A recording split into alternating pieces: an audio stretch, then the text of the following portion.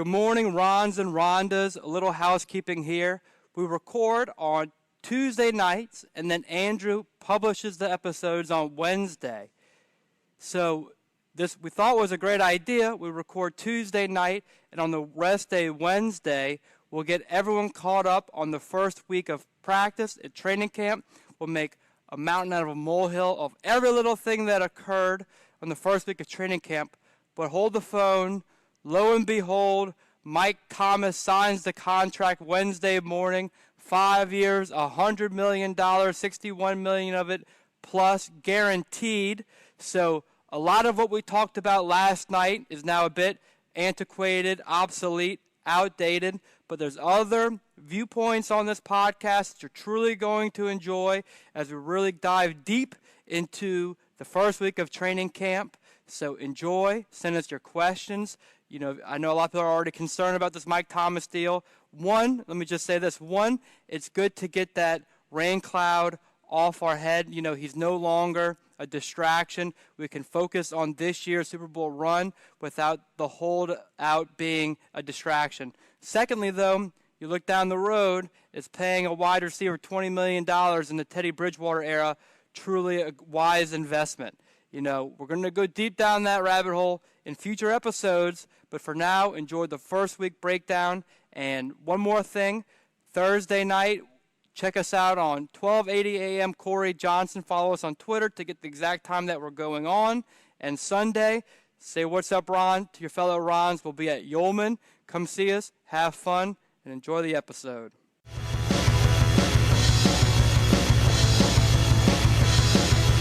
Look at uptown people like, yeah, yeah, yeah. People up and gritting like, yeah, yeah, yeah. Mid-city folks like, yeah, yeah, yeah.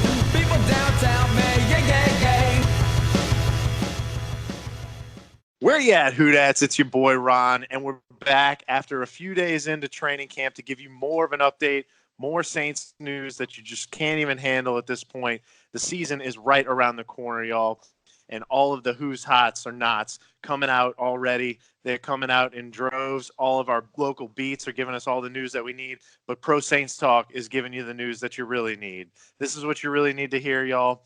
We got tons of takes. So wait, we got George on the line. We got Jay on the line. And back by popular demand, we got the Stat Ron on the line.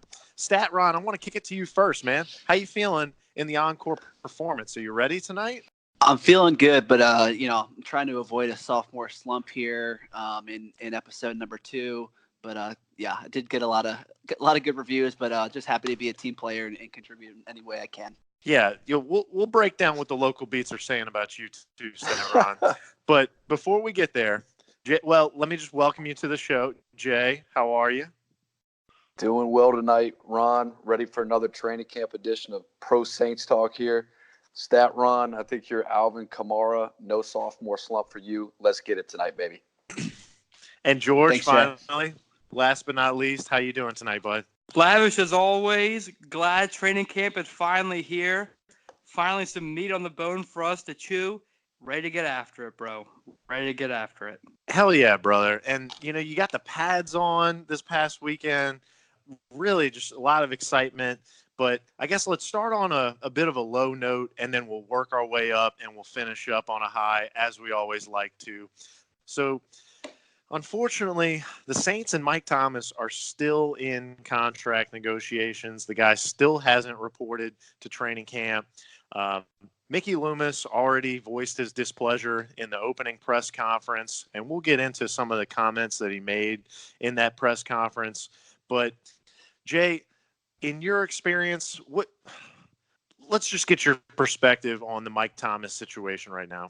Yeah, a good friend of George and I's, his name is James Henson, recommended a book to us called Never Split the Difference. And this is the take of negotiations by a former CIA member.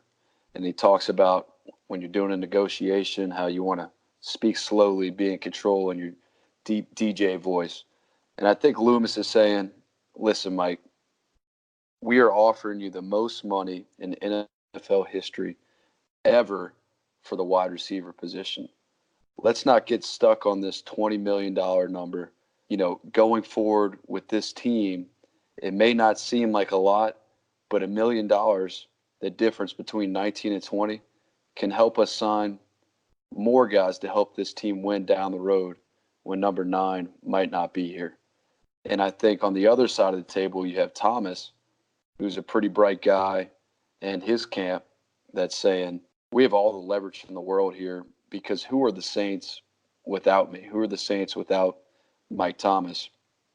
And all you have to do is look at who the Saints trotted out there day one of training camp. Keith Kirkwood opposite Ted Ginn. Ted Ginn is a good number 4 at this point in his career.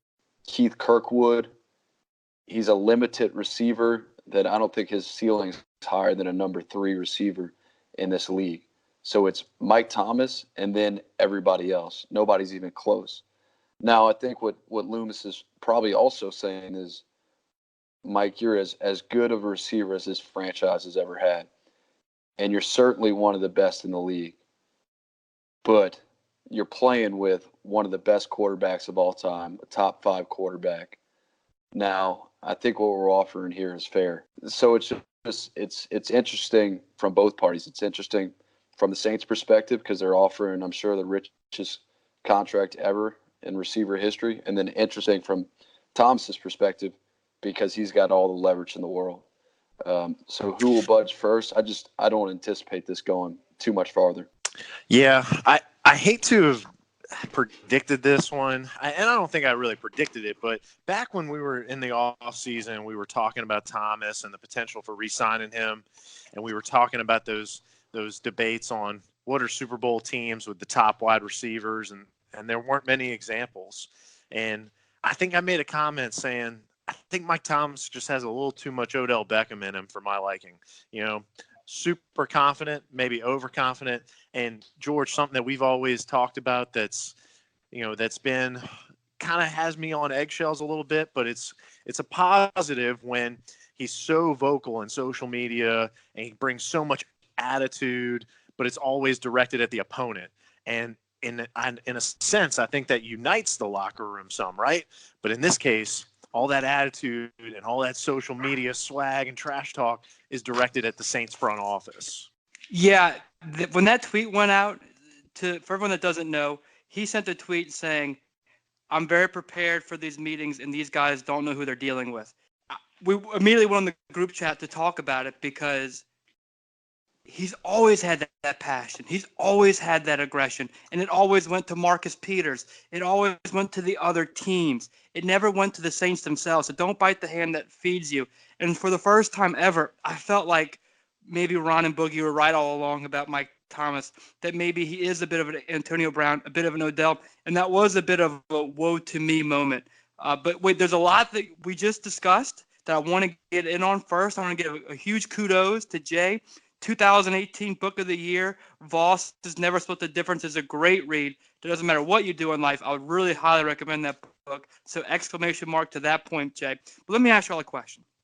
Okay, before I ask this question, it's all confirmed. We're all on this year. Yay or nay? Yay. Yay. Thank you.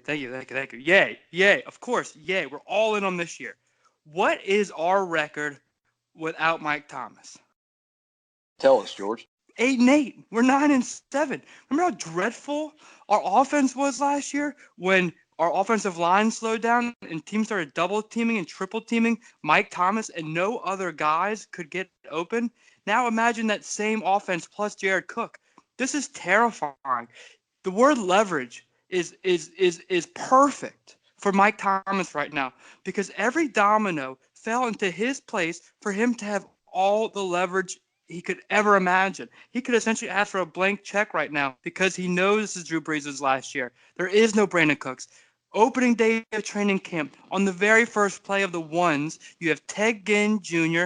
and Keith Kirkwood as your starting wide receivers.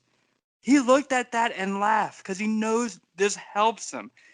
Loomis, he has some chips, hey, Brees may have made you. C'est la vie. It doesn't matter. They need Mike Thomas like an alcoholic needs alcohol. This is a no-brainer. This is what they need. I Googled a better way to phrase it other than he has us by the balls. but he has the Saints by the balls, and everyone knows it. So Mickey Loomis can use his radio voice. It doesn't matter. Mike Thomas is going to win this. So as soon as Mickey Loomis can get the cash, which he's probably going to have to make one or two more cuts than he didn't anticipate making, because he probably thought using all of his tactics he could bring Mike Thomas down. But now he realizes, hold on, Mike Thomas is not budging. So there might have to be a big name, well, semi-big name like a Patrick Robinson, who's going to have to get cut to get the extra cash for Thomas. A lot of what you said there is true, and the Saints do need him. I mean, no one is arguing that if we're going to go after a Super Bowl, you got to have Mike Thomas on this team. But StatRon, I already got your first assignment for you. If I recall, the last collective bargaining agreement, the players got manhandled in those negotiations. And on August 6th, he turns into a restricted free agent. And I don't know what that means, and this is what I'm asking the StatRon to look up for us, is what kind of tender offer would he be looking at that the Saints would have an opportunity to match? I'm thinking that that's like capped out at a certain average market value or something like that, where I don't think that's in his favor to enter into restricted free agency territory, because then the Saints don't have to negotiate with him. They can let other teams negotiate with him, and then we can just match. So, and I'm pretty sure he's given up $40,000 a day right now. So that was something that the owners, and I think they were really trying to eliminate in the last collective bargaining agreement, is the holdout scenario. And that's why they made the penalties so big. And that's why they put this line in the sand so that you don't have this Bobby Hebert scenario, this Le'Veon Bell scenario, or if you do, they're going to pay for it. So, yeah, and Loomis echoed that in his press conference when asked about it. He tried to play it all close to the vest. Oh, yeah, we're not thinking about that date. You know, we want to get something done before then. But you better believe he knows that, and that's his leverage. And he was definitely voicing his displeasure that Michael Thomas has a contract as we speak right now, and he's not at work. And that's why he's paying a fine. I don't think he's actually paying that fine, though. That always gets deleted when they sign the contract. They forgive that. Well, I don't know when it's due, but I'm thinking he's paying that. I don't think he gets out of that. And timing is everything, Ron. As you said, George, if this was next year and Breeze was gone, or 2 years from now, you know, Loomis might call Gettleman up in New York and say, hey, you want to replace that 13 that just left with another 13? Give us a first-round pick this year and next year. You know, but since the Saints window, as we've talked about many times on this show, is so small, he's a key piece, and you gotta pay him what he wants. Exactly. Had this been going on maybe during draft time, you could have looked at maybe trading him a decent wide receiver and a draft pick. But now it's too late for that, and we have to make a deal. And this is more chips in Mike Thomas's favor for him to get a great deal. If this was March or April, Jay, I think that's a great point. I think we might be moving him, but now I no longer see that as an option. But hey, let me just say this: him not being there right now, it's gonna get figured out inevitably. Him not being right now is a blessing in disguise for a lot of these young guys to emerge. We agree? Yeah, Absolutely. I'm glad you brought that up, George, because I was just about to say that if there's any silver lining, we've been saying who's going to be the number 2. Who's going to be the number 3? Who's going to be the number 4 wide receivers? We said last week, what's the most enticing position battle that we're all looking at? Wide receiver. And sure enough, some of the potential cream maybe rising up to the top early. So let's get into some of these names that we didn't break down for all the fellow Rons out there last week. And you deserve to know about these guys if you don't already, because I know a lot of our loyal listeners are already on the daily beats and they're getting all this news. But Emmanuel Butler, let's start right there. Jay, this is a guy who's already getting compared to the best all time to ever put on a friggin' wide receiver number for the Saints, Marcus Colston. I mean, those are some lofty comparisons, but maybe the right kind of comparisons given this guy's frame, speed, what he brings. What have you seen out of Emmanuel Butler? What have you read that's really exciting you about this guy? I haven't gotten to Airline Drive yet, so I haven't seen him with my own 2 eyes. If you turn on the tape You know, he looks like a prototypical receiver. He's what you would create in Madden as far as a body type, a guy that can really run, got a pretty chiseled frame, really good hands. He's been compared to Marcus Colston a lot, but he might even run better than Colston. We talked about Jared Cook, how he's that threat up the seam for the Saints that, we haven't had since Jimmy Graham. This looks like another guy that can go in the middle of the field and make the contested catches. And that's what the Saints so desperately need, is somebody to take the pressure off Mike Thomas. And you hope you have that in Cook, and maybe this guy can emerge and do that as well. But yeah, it's really quite something without being there and to try to follow along as best we can. I know we're all following along to these beat writers, Sean Fazan, Larry Holder, Jeff Duncan, to name a couple. And it seems like every day it's Emmanuel Butler, almost to the point where it's like, all right, let me hear about Marcus Davenport or Traquan Smith and the progression of these guys. But he really must be doing some impressive things to get such praise from those reporters. And you talk about, all right, so he's getting loved up. So what can this guy be? Is he the number 5 receiver on the 53-man roster? And also, let's back up and take this with a grain of salt, too, because he's 4 days into training camp, and it's a marathon, not a sprint. But you look back at Marcus Colston's numbers in 2006. He had 70 receptions for 1,038 yards, which is unheard of, maybe literally unheard of for a rookie. Colston wasn't drafted, I don't think. Or was he a 7th-round pick, Ron? Statman. 7th rounder. 7th-round pick. The door is open for that type of impact for a number 2 receiver with the Saints, and hopefully this guy continues to emerge and prove that he's more than just a 1-week sensation. He can do it all throughout camp and all throughout preseason. But when you hear things about catching back shoulder passes against Marshawn Lattimore, that's pretty impressive for a guy that was playing at Northern Arizona last year. Yeah, and I think the big frame lends itself to that, right? If you saw that Twitter video that was getting retweeted everywhere, I mean, that 6'4", 220, I mean, even Lattimore has a hard time guarding a perfectly thrown back shoulder pass. And so, and Cook's making a lot of, we'll get into Jared Cook later, but you got to think, these bigger weapons have to be such a blessing for Breeze at this point in his career, where he can just put it up to a spot, and these guys with these big catch radii can go up and get these things. So, George, what are your thoughts on Emmanuel Butler? So, small school guy, Northern Arizona, gets hurt his senior year, redshirted. It's one of these guys that they're taking a very small risk, but maybe the payout could be big, right? Let me just put in perspective to all the Rons who might not be following the beats that like we are. I'm living and dying by the beats. I love this stuff. And every day throughout training camp, you get these little updates. You get little snippet videos of what's going on, like who's hot, who's not, who's doing well. Every day it has been Emmanuel Butler. And this is kind of a new viral thing in training camp. Growing up, you'd have the Times-Picayune write up a little bit of a summary of what happened the day before. But live action, this is new.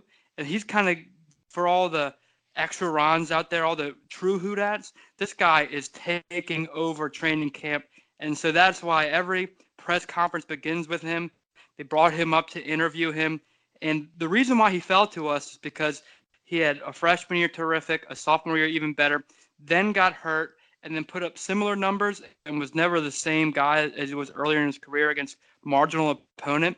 And then his 40 time was really high. It was a 4.68. But then, like Anquan Bolden, his game speed's great, but his actual speed's low.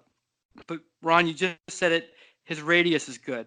So Drew Brees, there's other guys who are doing great in camp, like Cyril Grayson from LSU, who's just going to who's just going to run as fast as he can with a 4.33. Brees can't throw the ball 50, 60 yards for that. That's not his forte anymore. So to find these big targets, that's what we need right now.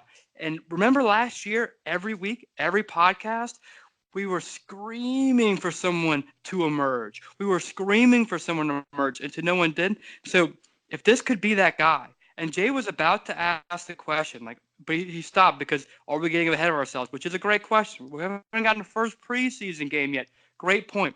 But is this a guy who's your fifth wide receiver? Or is this a guy who's wide receiver number 2, just like Marcus Colston did week 1 versus the Packers opposite Joe Horn? Remember, we were all like, we didn't know much about him that week 1. Catches a touchdown, flips the ball over his head.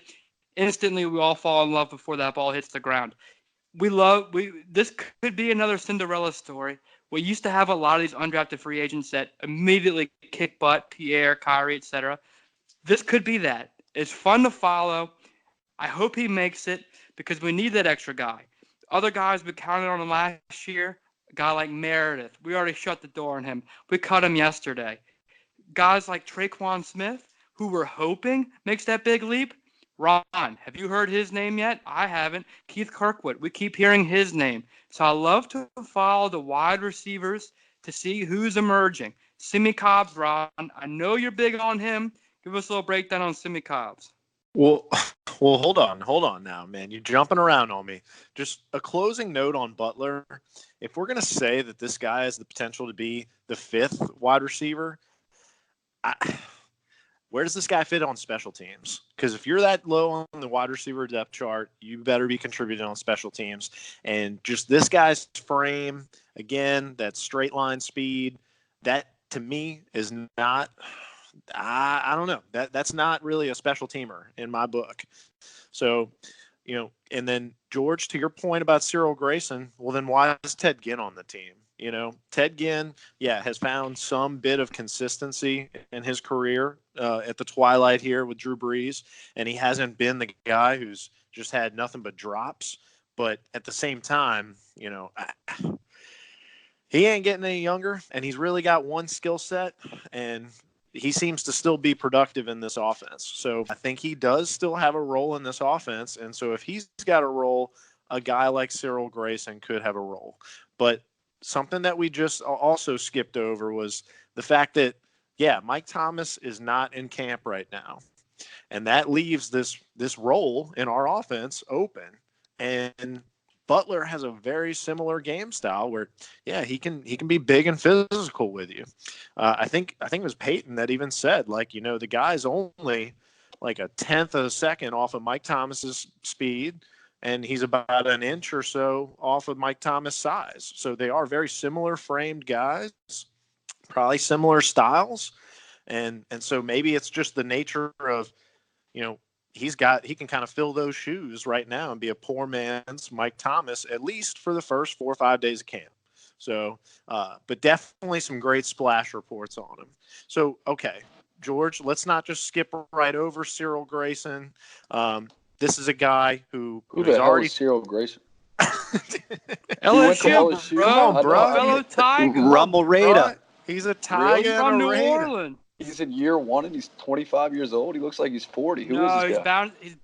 He's bounced around practice squads around the NFL the past 3 or 4 years. Tell me Lastly, about with the him, Rob. Bears. I think he's in his 3rd year. Look, the guy's from Kennebra. I mean, so he's right at home out on airline, man. The guy's probably feeling super confident out there, and he's getting hit on the deep balls. And who's he beating? Eli Apple. Did I throw that guy under the bus last week, or did I throw that guy under the bus? All right. And then you apologized about it, so don't try to play it both ways. Come on. Oh yeah, well I'm on the mic. I get to do that. All right. So, but yeah. Skip Berrios over here. Oh, hey man, we're dropping last names now. Okay. Oh, that's true. Cool. So, all right, wait. While we're looking up all that stuff, George, Traquan and Keith Kirkwood. So another guy, Keith Kirkwood, gets the starting rep out there. And I think that's another one where he just fits that X role that Mike Thomas fits in this offense. And Ginn is that Z for you. And just like Cyril Grayson could be that Z. And so, okay. But, we're not getting these splash reports. We're not getting any of these, highlight reel catches or anything from Kirkwood or Traquan Smith. But nobody's saying anything bad about them. They're not on the who's not list. But it's early. Like you said, we haven't even had our first game yet. These guys are gamers. They've got the game experience. Quick All note on right. Cyril Grayson. George, you were correct. He signed an undrafted deal out of 2017 with the Seahawks and spent some time on the Bears practice squad before the Saints. So that's Cyril Grayson for you. And Ron actually have a follow up on the Mike Thomas tender offer notes as well. The 3 tiers of tenders is the first round tender, second round tender, and then the original draft status tender. And those tiers are the first round tender is a contract of $4.4 million, second round tender is $3.1 million, and the original round tender is a little over $2 million. Yeah. So what was that? Wait, 3.1 was the second round tender. Yeah. So 3.1, he ain't getting much more than that right now, is he? Or no, he's that's probably he's at 1.48 yeah, that's right now. Yeah. I'd say the difference between that and 20 mil is pretty significant. So yeah, August 6th is definitely the leverage that Loomis and the Saints front office are holding over him right now. So thank you for looking that up, Stat Ron. Thank you, Stat Ron, for that great information, because 3.1, that's a great bargaining chip for Mickey Loomis to use. Secondly, Keith Kirkwood has been getting a lot of praise this offseason. He has been a lot of connections with Drew Brees. You see time and time again that got all the beat writers really thrilled. So that was not 100% correct about him not making a lot of splashes. They really like Keith Kirkwood's production. 2, Cyril's he's a track star, a converted track star. So before you put on pads, he's supposed to shine in these moments. So it makes sense for him to be great before you put pads on. So yeah, he beat Eli Apple, but let's not crown him yet. Okay, this is when he should shine. Let's see when he's shining, when he's getting tackled, and his lack of size becomes a bigger factor. You also said Ted Ginn, what is he? He's just speed. That's not true. We've seen Ted Ginn do a lot of stuff. Remember the Vikings playoff game in which he lost? He was all over the route tree. Cyril is just going to run fast down the field, and Drew Brees does not have the arm strength to hit those bombs like he used to. So Ted Ginn is an old, reliable vet that knows how to use his speed all over the field, whereas Cyril is still learning that. There's a huge difference between those two. Not to mention, Ted Ginn's got a lot more height on him. And then Traquan is a big, you said, where has he been? This is a big disappointment because all offseason we've talked about him needing to take a big leap up. We'll get into defense. We've heard Davenport on CST, they had a big production, but how much better he's looking. He's really feeling comfortable. Traquan, there hasn't been one iota of good news about him yet. So this is a bit concerning, but it might all end up being okay because Butler is emerging. That's my points on the wide receivers. Simi Cobbs, a guy that actually made it onto this roster late last year, coming off the Redskins practice squad. Another 6'4", 220 guy. You starting to see a theme here, George? Starting to get some big targets like we keep talking about for Brees. And I think that's important because what were we saying a lot last year when guys would press man us and the Saints couldn't get any separation? And how frustrating was that when Brees is dropping it back and you can see him pump faking, not seeing anybody coming loose. And just felt like, oh, when's that dump down to Kamara coming? Because that's all we got. So, I think there's a pretty clear line that, the personnel guys are looking for these big physical receivers. And Simi Cobbs is another one of those guys. Didn't get drafted. Maybe some immaturity, bad decisions in his college career at Indiana, but definitely some upside to this guy. If you look at some of his highlights, I think this guy was even on the Biletnikoff watch list going into 2016. So definitely a guy that's got some potential. It's just going to be whether Peyton and Brees can really, tap that potential and find this guy's ability. Jorge, anything on your boy Simi Cobb? It's funny that I feel a bit embarrassed for getting so fired up. Week 1 of training camp, but we have so much emotion from last year. It's finally carrying over to this year. So forgive the exertion here. But look, let me say something on that too, George, when you're done. Simi Cobbs, he was the manual butler of the Redskins last year. It's like what Austin Carr was for the Patriots 2 years ago that we picked him up. He was their Boston summertime. Scott. He was their summertime sensation that we picked up. Austin Carr 2 years ago from the Patriots, last year from the Redskins. So we're giving them both a good opportunity to make the team. I don't think Austin Carr is, and unfortunately, I don't think Simeon Cobbs is either. Just the numbers don't work out. So, but Simeon Cobbs is someone who will watch because they're really high on him. And is it completely out of the question to say that he might make it over Traquan Smith? Maybe, but maybe not. He really could. If Traquan Smith continues to show you nothing, then maybe give Simi a shot. What are your thoughts, Jay? Yeah, my thoughts are this. I think our job on this show is to talk about what's happening every day at training camp. And George, you and I are going to training camp on Sunday. We're going to see it with our own two eyes. But everybody take a step back. I like to, try to think of things logically. Let's not put too much stock in what the guy from Fox 8 is saying, or the guy from whatever radio station is saying, or what they're not saying about Traquan Smith. What did your dad tell you when you watched the first preseason game with him, or the third preseason game? Yeah, that's impressive, but it's only preseason. Okay, so Butler, yeah, that's impressive, but it's only the fifth day of training camp. While it's reason to get excited, yes, I warn Saints fans, just temper it a little bit. Guys like Rod Harper 15 years ago had an impressive preseason as a receiver, brought a kickback against the Texans, cut, never heard of again.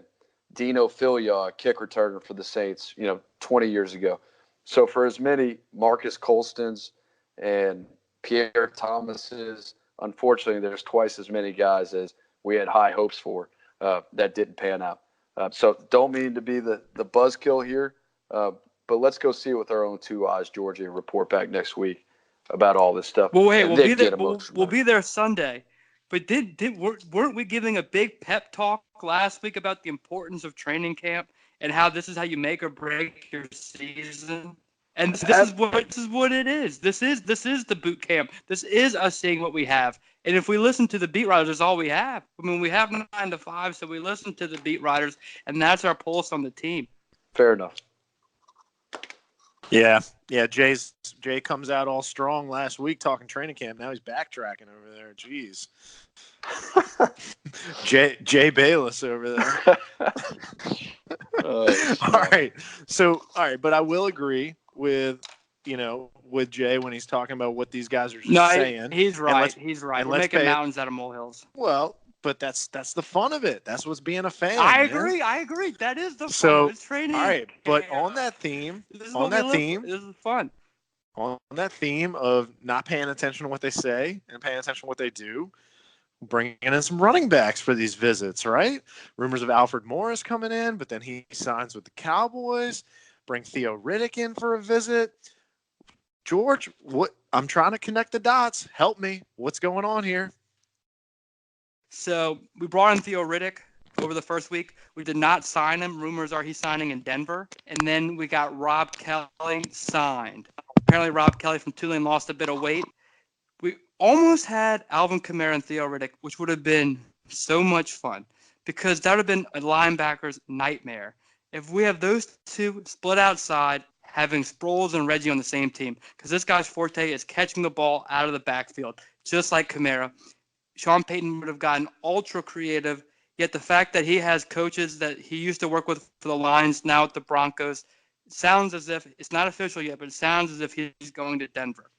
We bring in, I'm not making this nickname up, this is his nickname, Fat Rob, and I don't really know what more he's going to bring to you, more than just a short yardage guy.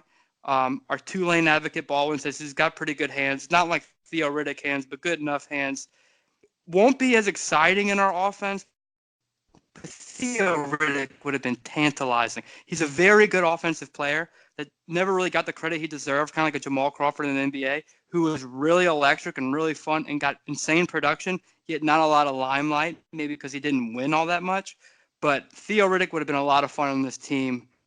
But I'm not mad about Fat Rob, but Theo Riddick would have been better. What do you think, Jay? NBA comparisons in the last 3 episodes, we've had Jerry Stackhouse, Marcus Thornton, and now Jamal Crawford. So that's impressive there.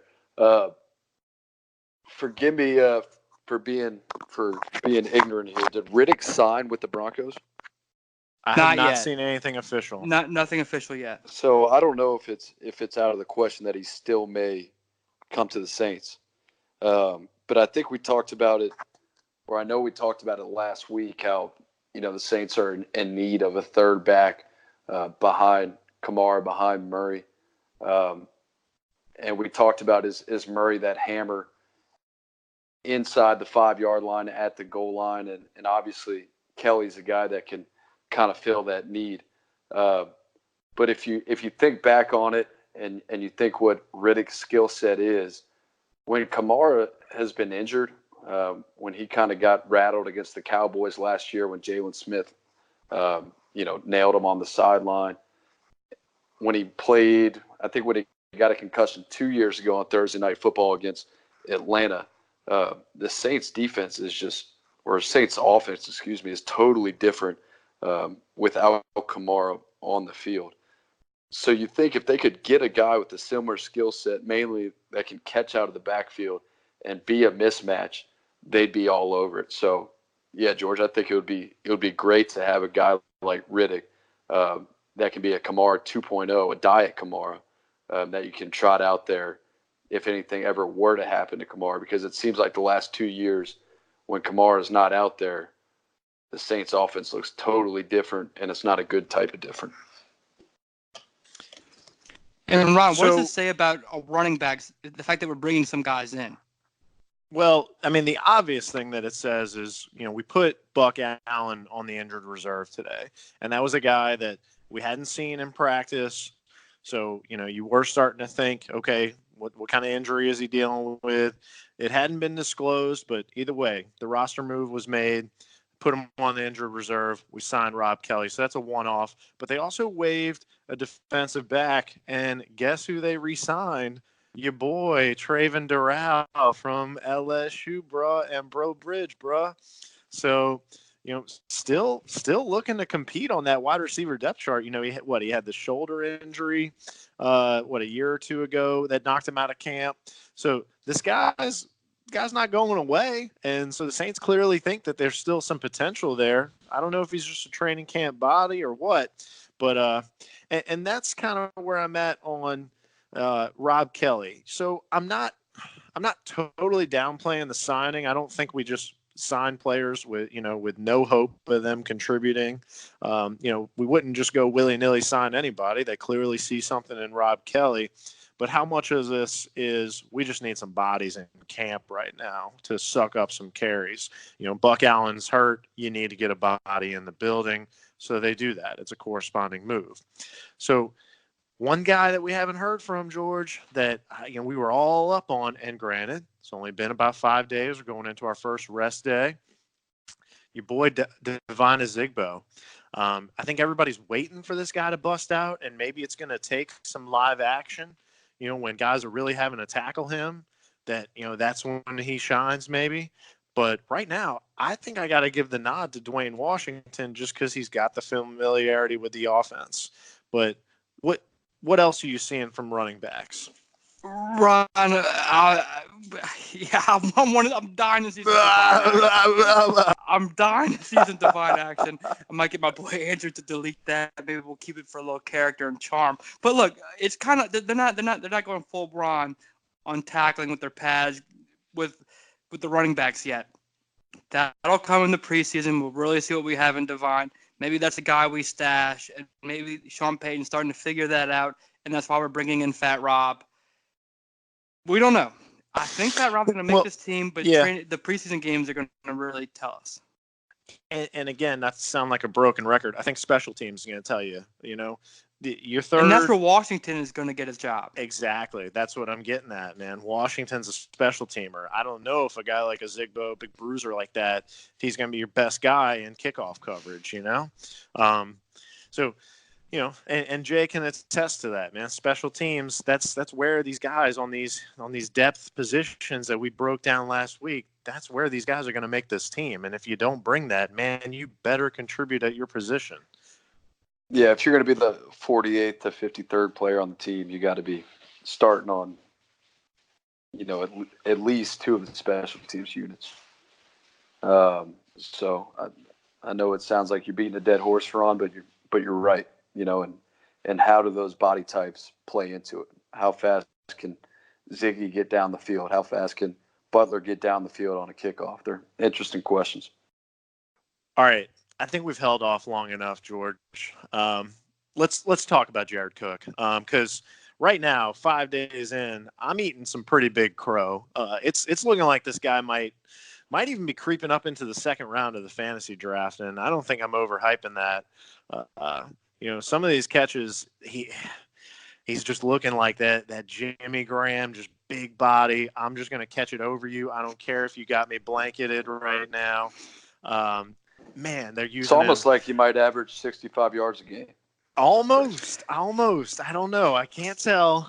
It's a little too soon. I don't want to count my chickens yet, but oh man, they got him working obviously on the line. They got him working flexed out in the slot. They got him all the way out wide.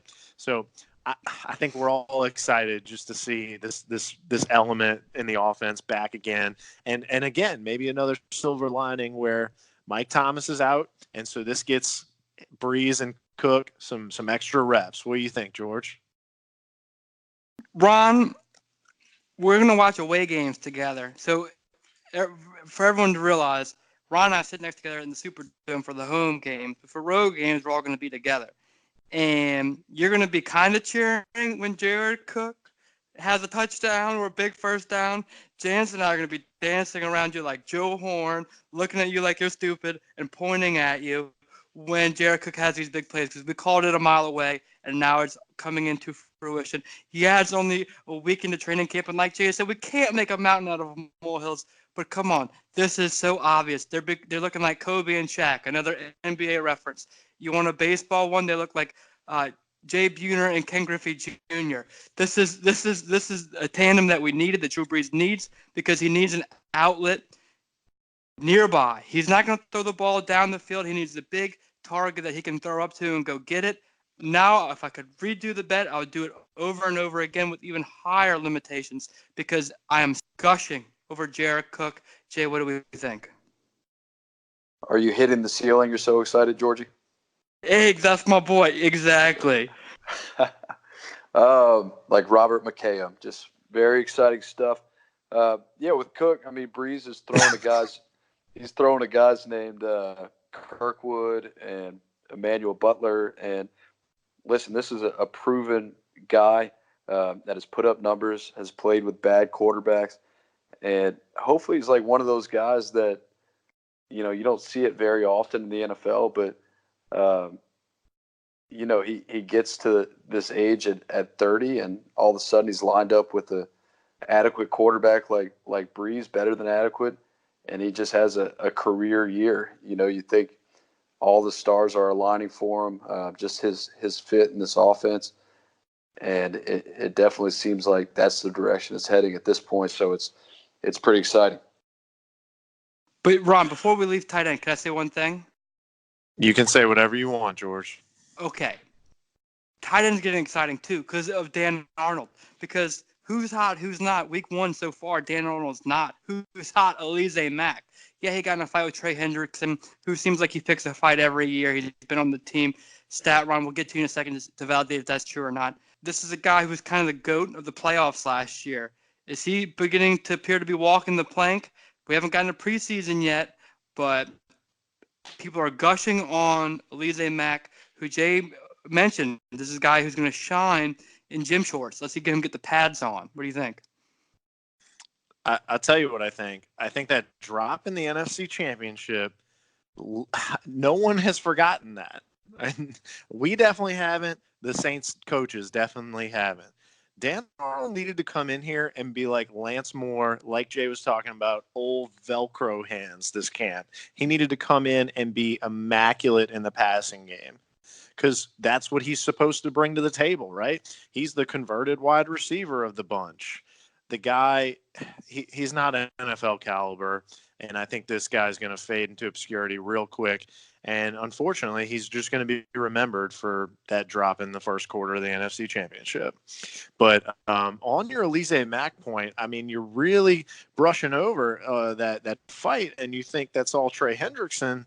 I mean, Elise Mack was drafted so late for a reason. Was he not? Was he not a guy with attitude issues? Was he not a guy that maybe had a little bit of a short temper? So, this could be something to monitor as the heat, picks up over there on Airline Drive. Those misters, they're pointed at the fans. They're not pointed out onto the field. All right, things get a little heated. Wait, I want to see some of that fight. Not the Greenbrier, bro. Jay caught something very intriguing. I did not catch this. So for everyone who didn't know, there's a video out there. It's not a fight. It's a little scuffle. It's hot. They're getting in little fights. Trey Hendrickson and Elise Mack were swinging at each other. And I watched the video one time until Jay said, "Did you see that?" And I didn't see it until he told me about it. Jay, what caught your eye? Yeah. It's funny that we're talking about I know. Dude, we're making a mountain out of a molehill, but dude, it's right. training camp. You got to enjoy it. It might sound minuscule, but, there's a lot of talk last year about Davenport, his ability, but he might be a little bit immature coming out of UTSA, and not sure if he's got the drive that other guy over there, Cam Jordan, has on the other side of the line.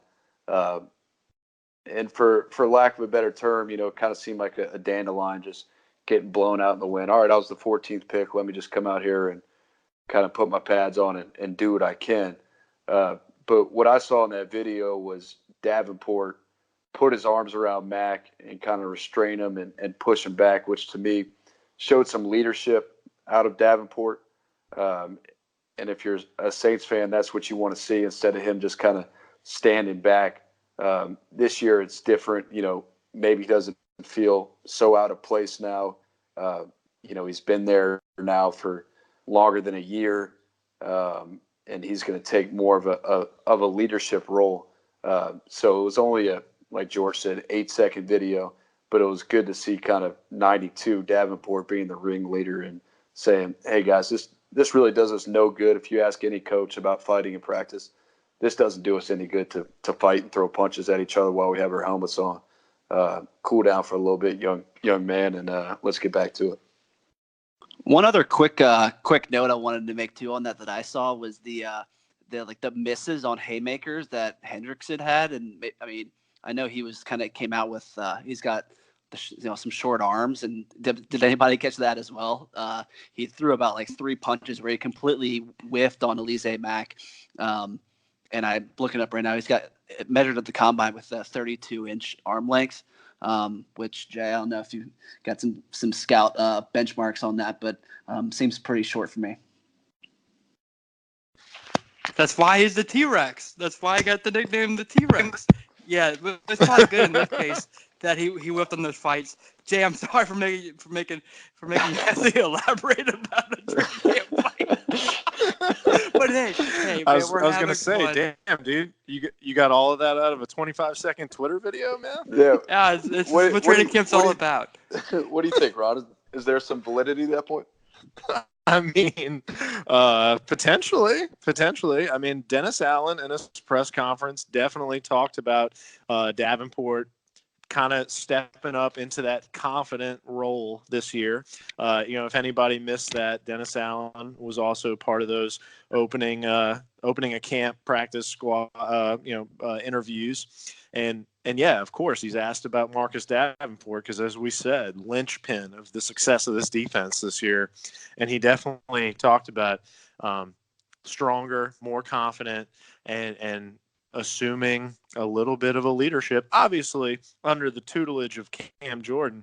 But yeah, Jay, I mean, for all the Rons out there, go watch the video. It is very evident that Davenport is wrapping up Mac and getting him out of there and calming him down. I think that can mean only one thing. He's going to at least have 14 sacks this year.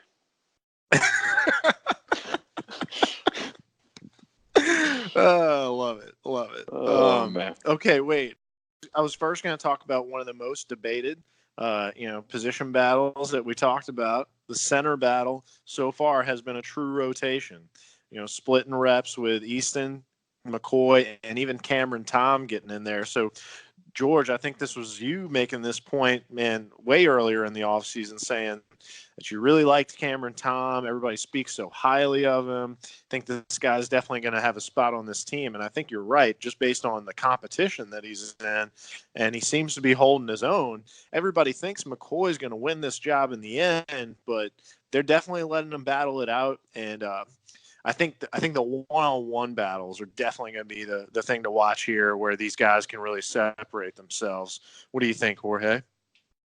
So I was really big on my boy Cam Tom before we signed McCoy. I thought he could beat out Easton.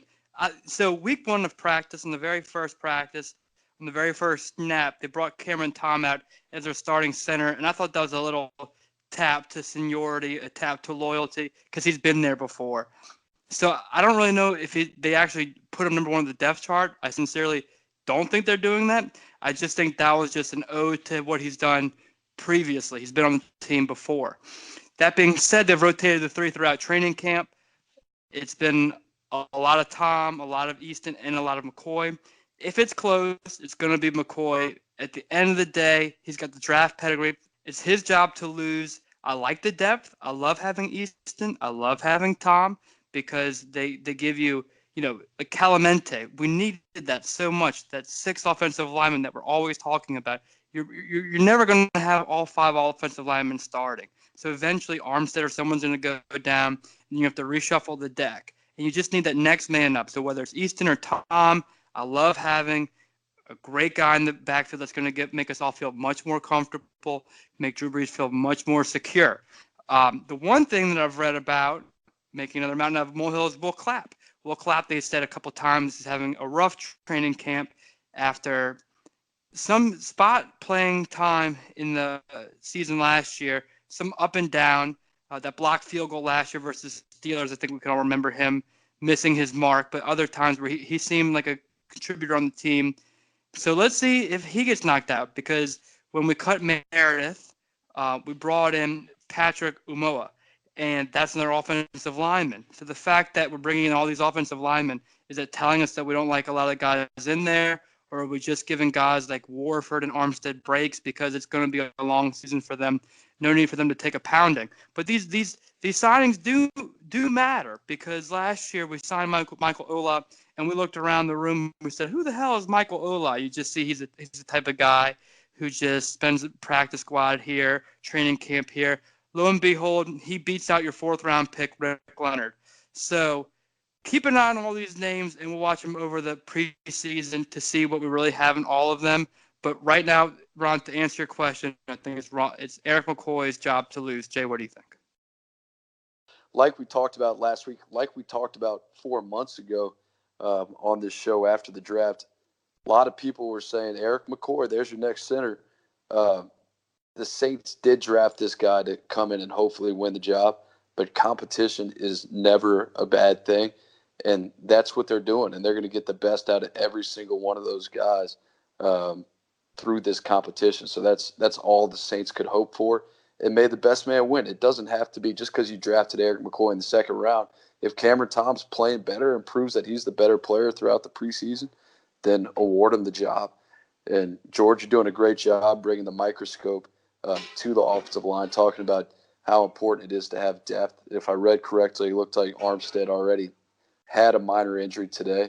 And yeah, a lot of times you'll see, I heard Zach Streif talk about how it's kind of a derogatory term to say that a guy is just a camp body. But I think a lot of times you see, the Saints will kick the tires on some guys that have been in the league 7-8 years just to relieve those starters and even those second-tier guys. But that's a great example with Ola, a guy that was signed during camp and came in and is now potentially a contributor for this Saints team. Totally. And to that point, Jay, you're even seeing that Peyton and this coaching staff even recognizing some of the experience that they got, and they're having even some rest days built in for these veterans where, they're letting the younger guys duke it out a little bit more. What does Warford really need to prove in this camp? Not a whole lot. Same thing with Armstead. So, all right, Jay, by special request, linebackers. I don't know. We got this guy, Demario Davis, that we signed last year. He turned out to be pretty damn good. AJ Klein, and, a healthy Alex Anzalone is actually a pretty good linebacker. And we all know what we get out of the junkyard dog, Craig Robertson, freaking team energy, team captain, special teamer. Now, you got some other guys down on the depth chart. Is that where you want to go? Can I with talk this? about one of those other guys? Yeah, Sure. I think maybe this was personal. I'm thinking now this was personal. Why I brought it up. All right, so Josh Martin signed by the Saints last year. Stat run. I think he's going into year 6. Josh Martin. I worked at Columbia University right out of college as the director of football operations. We didn't win a lot of games at Columbia. In fact, we didn't win a game for 2 years there. Lost 20 games in a row. Taught me from that point on, always appreciate a win. It doesn't matter if it's 2-0, 3-2, whatever it is, always appreciate a win. But getting back to my point, Josh was on some of those Columbia teams. He was there when I got there in 2012, and I think that team went 3-7. And he was one of those players that was an impact player in the league. You knew he was just different. He had some injury problems, but he always handled himself like a pro. The old cliche, first one in, last one out. Josh was always turning off the lights in the locker room because he was the last one out.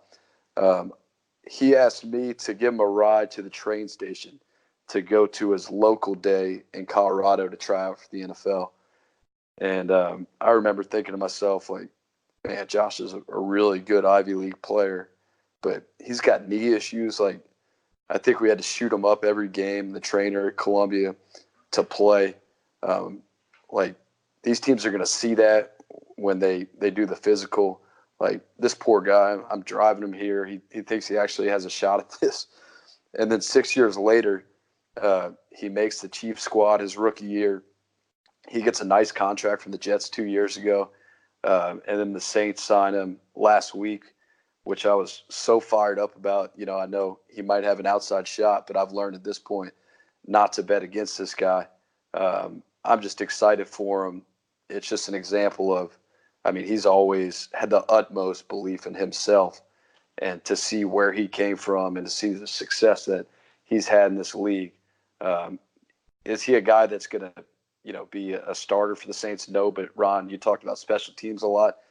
He's the 52nd, 53rd guy on your roster that's going to do everything exactly right, make a bunch of plays on special teams, and just to be a terrific guy in the locker room. So can he push Caden Ellis and some of those young guys? I think so. That would be personally fun to watch for me. So little side story going down memory lane there, but just pretty neat to see him in black and gold. I like that story, Jay. And now I feel like we all have a horse in the race. As we all watch, all the Rons watch preseason, all these battles. At linebacker, we now have a horse in the race to really follow and cheer on. So I like that. This isn't. And that, my Rons, is you can only get that on Pro Saints Talk right there. Nobody else breaking down Josh Martin like Jay is. But Ron, this is a position where he could make it. You got Vince Beagle, who was that guy last year, who he hasn't sold anybody on anything yet. Colton Jumper, an AAF star. Sinky, who had an interception in training camp, and Caden Ellis. So those are the 4 guys he's competing with, and they might, shine here and there better. But Martin could easily sneak in. Special teams is what it's all about. And Jay, your boy graded out really well in Pro Football Focus rankings. There's only so much you can really take out of that. I think he had concussion issues, is what it says, but he really graded out well the past 2 or 3 years. So he could make it. Yeah. And it'll be fun to watch him Sunday night when we all go there. This could end up being fun as a guy for us all to root for, and hopefully one day get on the podcast. Yeah, you're right. I'm going to let him get a little bit more comfortable before I ask him to come on the podcast after he makes the 53. But a guy I've always liked is Caden Ellis. Haven't heard too much about him, Ron or George. Stat Ron, I don't know if you guys have heard much, but he had a pretty intriguing story coming out of Idaho, playing both sides of the ball. I've seen a couple tweets how he's had a couple pass breakups, and then Beagle, they just say he's a dog out there, huh, Ron? I mean, hey, if we're calling anybody dogs, that's a good comparison. If we got the junkyard dog in that depth chart too, so yeah, Beagle. Look, the guy, he's a worker. Clearly is a Peyton guy. I think they like this guy a lot. George, maybe even akin to like a Nate Stupar, type of linebacker. That those are the kind of guys that they often make these teams, right? I love me some nasty Nate. I love how in depth we're going, guys. And this is we're gonna end up going over 90 minutes just talking our true 90 roster. This is how in depth we're going, and I love training camp for this because you really can go really deep down the microscope with this. But Caden Ellis did have an interception. He has looked good. Apparently his teammates really love him, so he might be tough for our boy Josh Barton to leapfrog him. Not saying it can't be done, but Caden Ellis is off to a very strong start thus far. He'll probably end up being a jack of all trades, a clickbait, if you will, of the defense, where he can just probably play a lot of special teams initially and then be a fun guy to watch on defense, hopefully one day. The position battles that are really heating up, Ron, are safeties and corner. And I want to say one thing about a cornerback before we dive deep into the corners. Patrick Robinson needs to have a fantastic training camp to make this team. I think a lot of people are just penciling him in as your starting cornerback at nickel. However, PJ did okay last year. We have Chauncey Gardner-Johnson that a lot of guys love, and he's doing really well thus far in training camp. Are we going to call this guy Gardner Johnson every time, or we got to It's figure out too what much. we're We going to need to think of a nickname. We'll let the nicknames come out. I'm sure something will come out in game tape, and we'll find something. Maybe an announcer will screw up his name, and it'll just be self-revealing.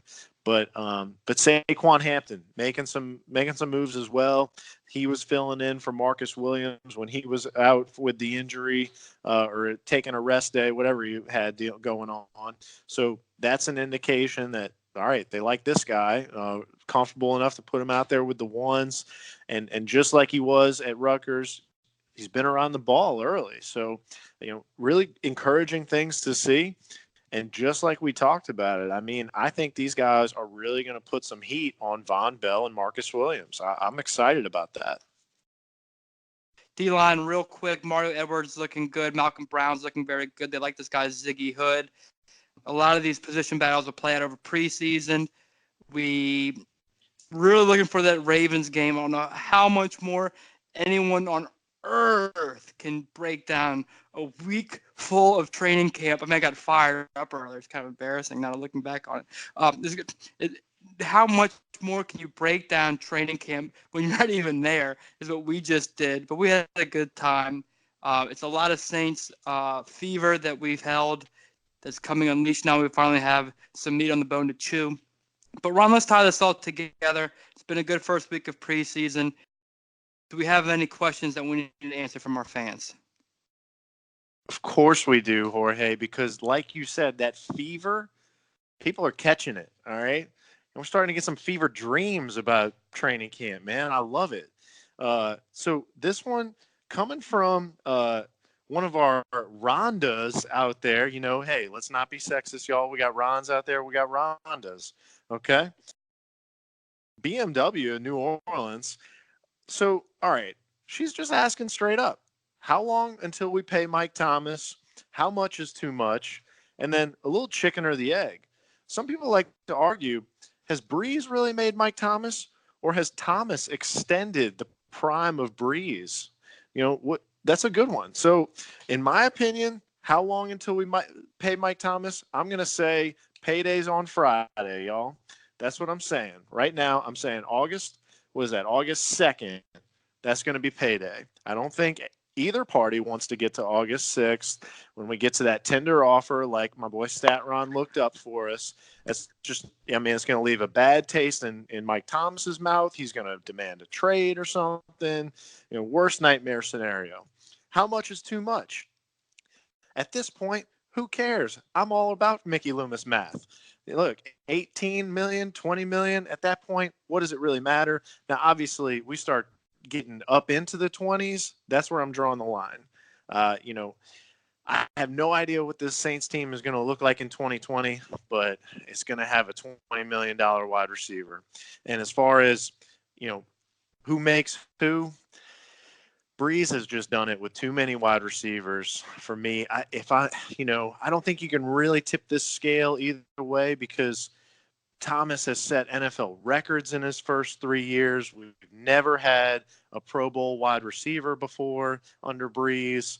So, for as much as that argument as you can make of Breeze makes this guy, I think you got to tip the scale slightly to Mike Thomas is the exception, not the rule. What are your thoughts on all that, Jay? Ron, I think you hit the nail on the head. That's a great answer. Love you, BMW. Thanks for listening. Jorge, why don't you send us to the next question? The guy, so we were on Corey Johnson last week, and we should have expected it. We were not on our toes like a good goalkeeper. We were backpedaling here, and we knew our boy Boss was going to call. He's got another question for us. He had a question for Corey Johnson. We'll be back on Corey Johnson this week, Thursday afternoon. Follow us on Twitter to get the updates on when we're going to be unleashed on 12:80 a.m. But here's our friend Vetters asking us a question. Here we go. Hey, Rons, could the emergence of all the young receivers in camp push Ted Ginn Jr. off the 53-man roster?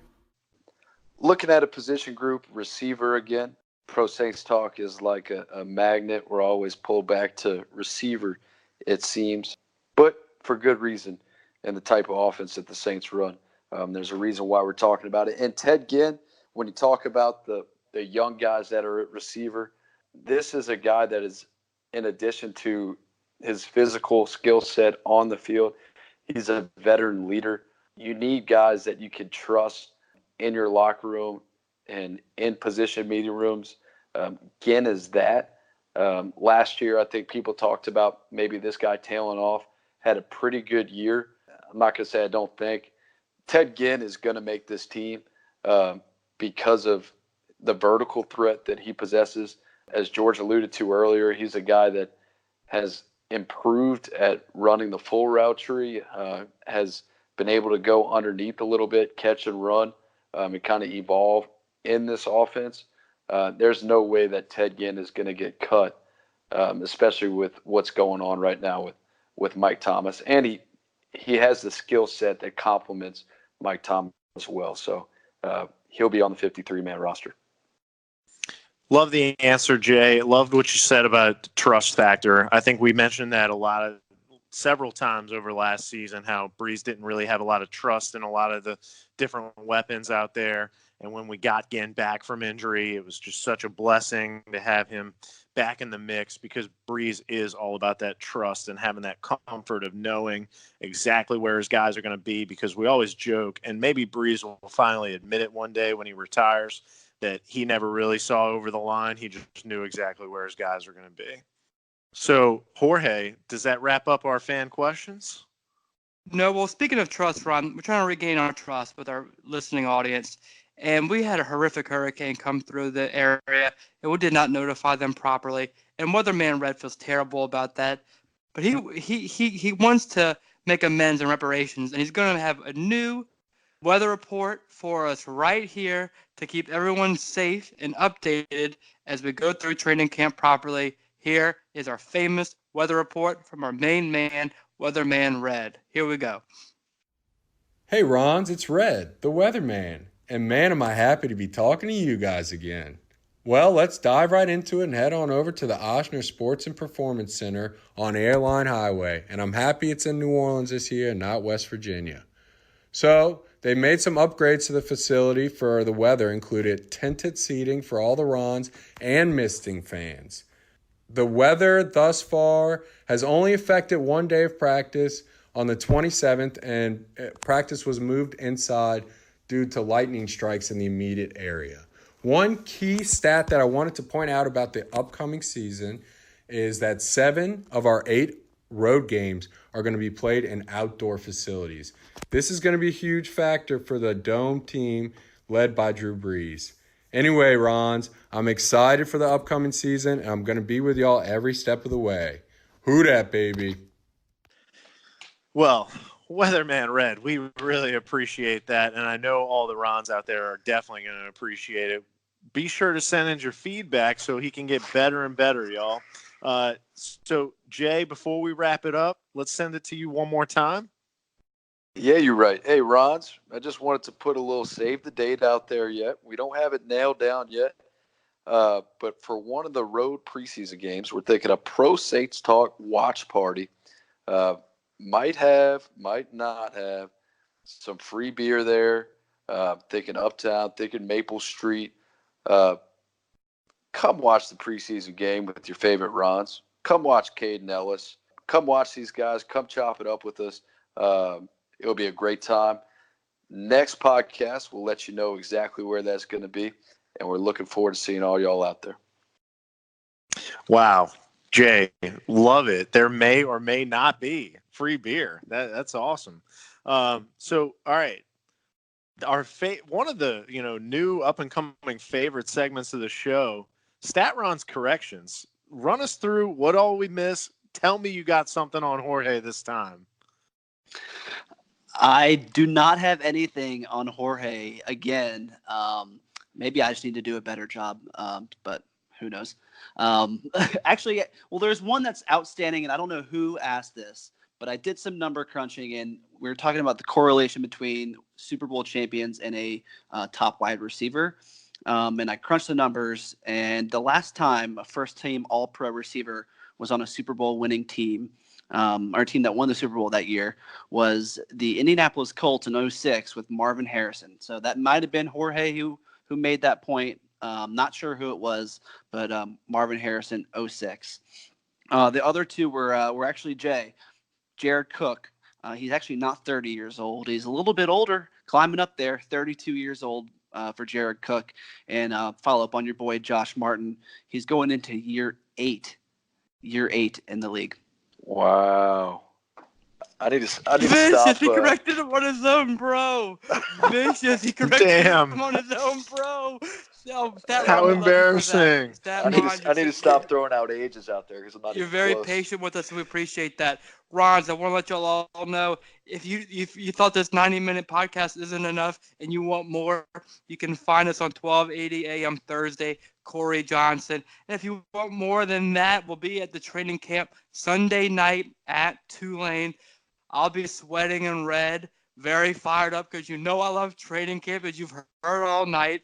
We're going to be out there in full force. Your main man, Jay, will be answering intelligently. Your boy, Ron, will be on speed dial if you need him. But we'll be out there Sunday, probably getting a couple what are those little cinnamon snacks from Chorizo's? The strawberry, they're very good at Felipe's. That's neither here nor there, but we'll be out there Sunday night. Everybody, is everyone happy? And if so, Ron, will you take us out? Right after I get your first stat correction in, it's a churro, not a chorizo. Oh, my bad. I love y'all, Ron. Yes. All right. I can't imagine what this podcast is going to evolve into after we get 10 days into training camp. But for tonight, Pro Saints Talk, we out here, baby. Hey Rons, this is Austin Carr of the New Orleans Saints, wide receiver number 80. I heard everything y'all said, and once again, my man George was correct on all accounts regarding the Saints. Okay? Just keep that in mind, all right? He was correct. He's also correct about life. I think he's got great advice. Listen, take care. Who dat, Rons? Who dat? It's my turn, I'm in the light. I got the spot. Everything I drive gonna be hot. Give it to the boy, that voice, that style, that walk. The way I bob my head when I talk, it's my turn, I'm in the light. I got the spot. Everything I drive gonna be hot. Give it to the boy, that voice, that style, that walk. The way I bob my head when I talk, the only player. This podcast dream would only be a dream if not for Andrew Simmons behind the ones and twos doing the hard part. So a big shout out to our sound engineer, Andrew Simmons.